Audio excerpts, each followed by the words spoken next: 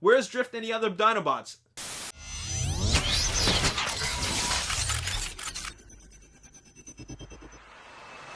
What's up, Ragin Nation? How's it going? This is Alex Yu, and you're watching The Road to TF5. This is Webster's. We're talking about Transformers last night. This is episode number 157, and in this episode, we gotta talk a little bit more about Trailer 3. I know Trailer 3 is old news, but it's so awesome. It was a really well put together trailer, and I'm still receiving tweets about it. I'm still looking at new YouTube comments, which I've read.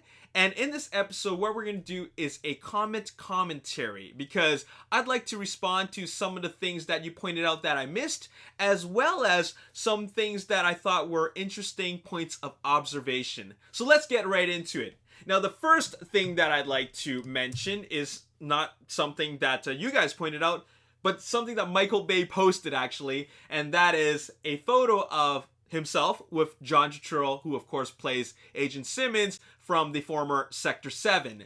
One of the greats I've worked with, John Turturro, just finished shooting him in the last night Thursday, and he's talking about last Thursday. Must have been a day of filming, which shows that his scenes could be quite minimal. After all, it only took one day to film, and his scenes were not actually filmed during the moments of principal photography last year, because we never saw him. I mean, if he was filmed during principal photography, we just never witnessed it. But he just took a photo on Instagram, and this shows that if they did film him at all, it must have been only that one day on Thursday. But anyways, his role must be quite minimal, but it's great to see him back. Anyways, speaking of Agent Seymour Simmons, I'd like to bring to your attention a tweet from Orion Prime, and he says, "And do you remember the mystery Transformer? Well, we maybe saw him in Revenge of the Fallen." And by mystery Transformer, he's talking about the very end Transformer that appeared, or the Transformer that appeared at the end of the Microfiche viral video. And that appeared to be some kind of World War II American plane. And what's very interesting is that in Revenge of the Fallen, as you see in this clip here, Agent Simmons holds up a photo of one of these planes. And so I'm just thinking, hey, that is cool. It could be coincidence, or it could be written that way. Either way, I love that it could be that plane. I mean, it could be.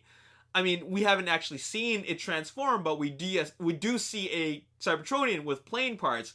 And I've actually just been reading a lot of the comments of what people think it could be. And here's a lot of the suggestions, which I think are great. P-38 Lightning, B-25 Mitchell Bomber, a Flying Fortress, and as for the toys, it could be Power Dive or Highbrow. And I'd like to thank everybody that brought this to my attention. And it's just really interesting. It could be just viral marketing that's not even related to the movie at all. But if anything, it's still something that's fun to discuss. All right, moving on. Speaking of planes, I'd like to bring to your attention to a comment from John Osborne. "Hey Alex, great work in breaking down this trailer. Man, also the fighters that are approaching the Optimus B fight are F-35A Lightning IIs. And one more thing, in the scene where the V-22s are headed towards Cybertron, you can make out a 4-engine version of said aircraft, just like the ones that took part in the Battle of Chicago during Dark of the Moon. Good eye. I would not have noticed it. And also, thank you for your input on the types of planes that were approaching Optimus and B during the fight. They are F-35A Lightning IIs. So thanks for that commentary. All right, moving on. This is from Pop Culture. At 8:50 of my trailer breakdown, the reason that the shots look different is because in the other trailers, the stadium was mostly intact. Now we can see half of it has been digitally removed. And by that, he's referring to this shot. This is the shot that appeared in one of the trailers. I guess the first trailer. I can't remember what happens in the first trailer. I gotta watch it again. But anyways, if you look on a new trailer, boom! Same shot, parts of the stadium missing, and buildings are seen in the background. So this was all, of course, done in post-production with the magic of Industrial Light and Magic, and they did a great job at doing that, because when I saw the shot in the new trailer, I was just thinking, hey, this looks different, but I don't know what it is. It just looks different. And now here we see the difference. That's what they've done, and they can do anything with visual effects. Speaking of which, I'd like to thank whoever brought this to my attention. I apologize. for forgetting who mentioned this, but in trailer 1 and trailer 3, we got to see the same shot but improved CG, or at least different CG, because in this shot, this is what Bumblebee looks like. In trailer 3, this is what Bumblebee looks like. So you can obviously a very, very evident difference, but it is the same shot. And just like the stadium shot, they tweaked the CG. Okay, so thank you for bringing that to my attention. Christian says, look at Bumblebee's battle mask at TF5 trailer 3. It looks like in the previous TF films. Let's take a look at that. Boom! You're right. That is a very, very interesting observation. A great one, too. I didn't even think of that. And, we know that, Bumblebee just came out of Age of Extinction. He has that mode, which is the 2014 Camaro. It's a modified 2014 Camaro, I guess.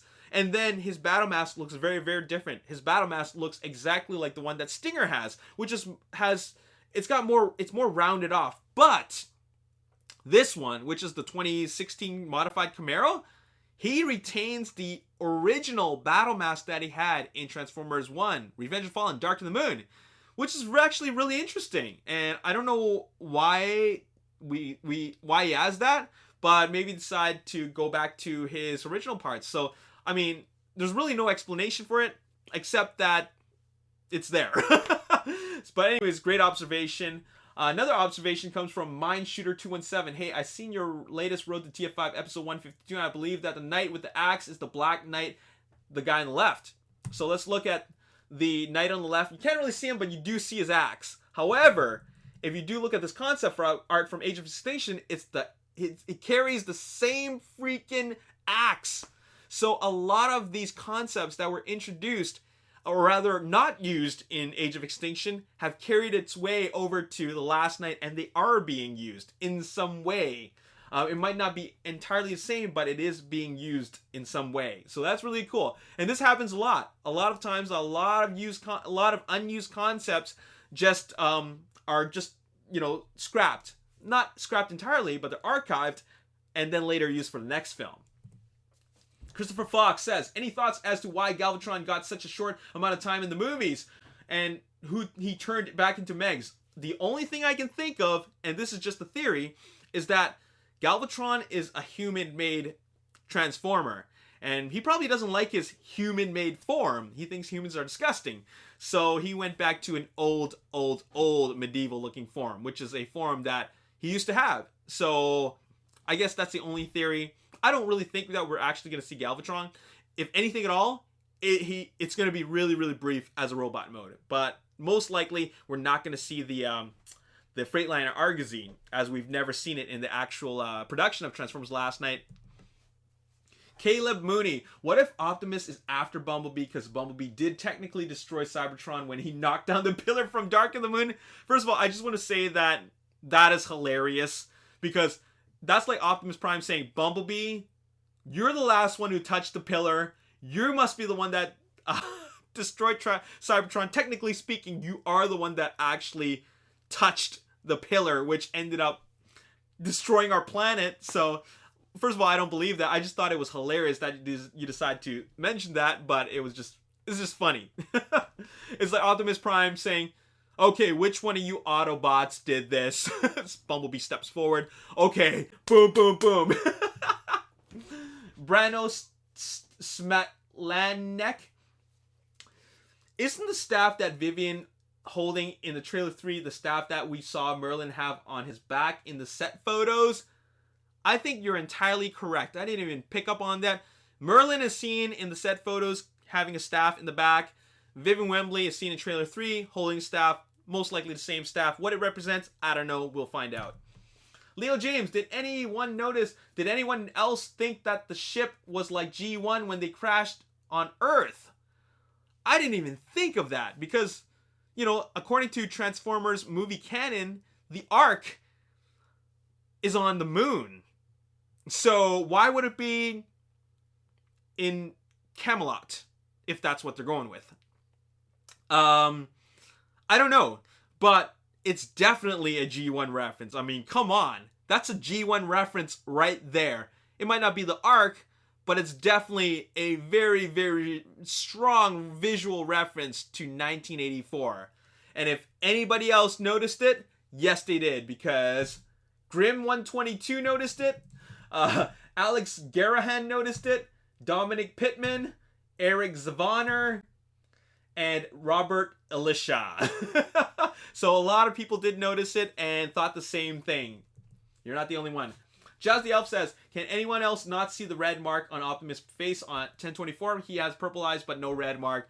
I'm also confused about that too. We get to see red mark with blue eyes and purple eyes, and then no red mark with blue eyes and purple eyes. Totally confused. Not going to talk much more about that. Just saying that this is something that we'll have to learn about in the movie. Amelia Cartagena?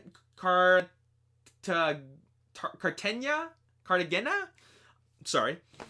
What proof do you have that the thing coming is Cybertron? I mean, I don't really have any actual proof. I just have hints and suggestions based on what we saw in the trailers.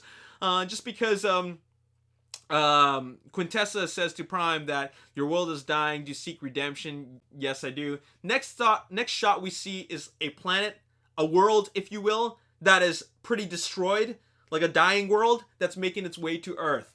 So that's the only thing I'm going with. And also, it's making its way to Earth. Trailer 3, we see it merging with Earth.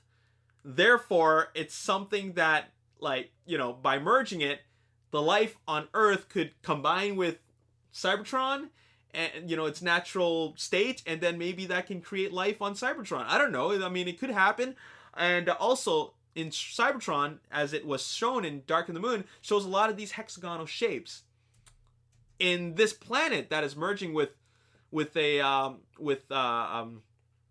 Earth, the dying world, if you will, that also has hexagonal shapes. So that's what I'm going with. That's why I think that that's Cybertron and not Unicron. Are we seriously gonna see Unicron as a planet? I mean, that's like Fantastic Four, Silver Surfer all over again, with Galactus being like a storm cloud. Anyways, final comment comes from Nicholas Huseman. Where's Drift and the other Dinobots? These are trailers. They're not going to show everything. Just because you don't see it doesn't mean it's not in the movie. That's something we need to understand. And I don't want to see everything in the trailers. I really don't. Because you take away all the surprises. I know that a lot of people are freaking out just because, like, I don't see Galvatron in the trailer. I don't see Drift in the trailer. Is he going to die? I don't see the other Dinobots. Are we just going to see Grimlock? No, no, and no. I mean, we know that these guys are in Transformers Last Night, but they don't have to show us everything. I would prefer that we didn't see everything. I mean, wouldn't you prefer that? Or would you rather just, like, see everything in the trailers? Which is something a lot of people also complain about. They show too much in the trailers. Well, this is Michael Bay doing the marketing, and he, he's always been really good about what he decides to show to the audience. I've always believed that, just because he always leaves a lot of surprises for us. All right. Anyways, that's all I gotta say in this episode, and I hope you guys enjoyed it. I just wanted to take a moment to make those comments on your comments because I really enjoy the interaction. So thank you so much for watching this. Anyways, if you have more you want to say about the comments I made to your comments, definitely use the comment section for that. As always, if you enjoyed this episode and you want to see more, hit the like button, subscribe to the YouTube channel, like me on Facebook, The Ragin Nation. Also follow me on Twitter, Ragin Nation. My name is Alex Hugh. Thanks for watching and see you next time. Peace. That red mark is gone. But it's the same setting. This scene takes place in the same location as the fight with Bumblebee. This is when he's getting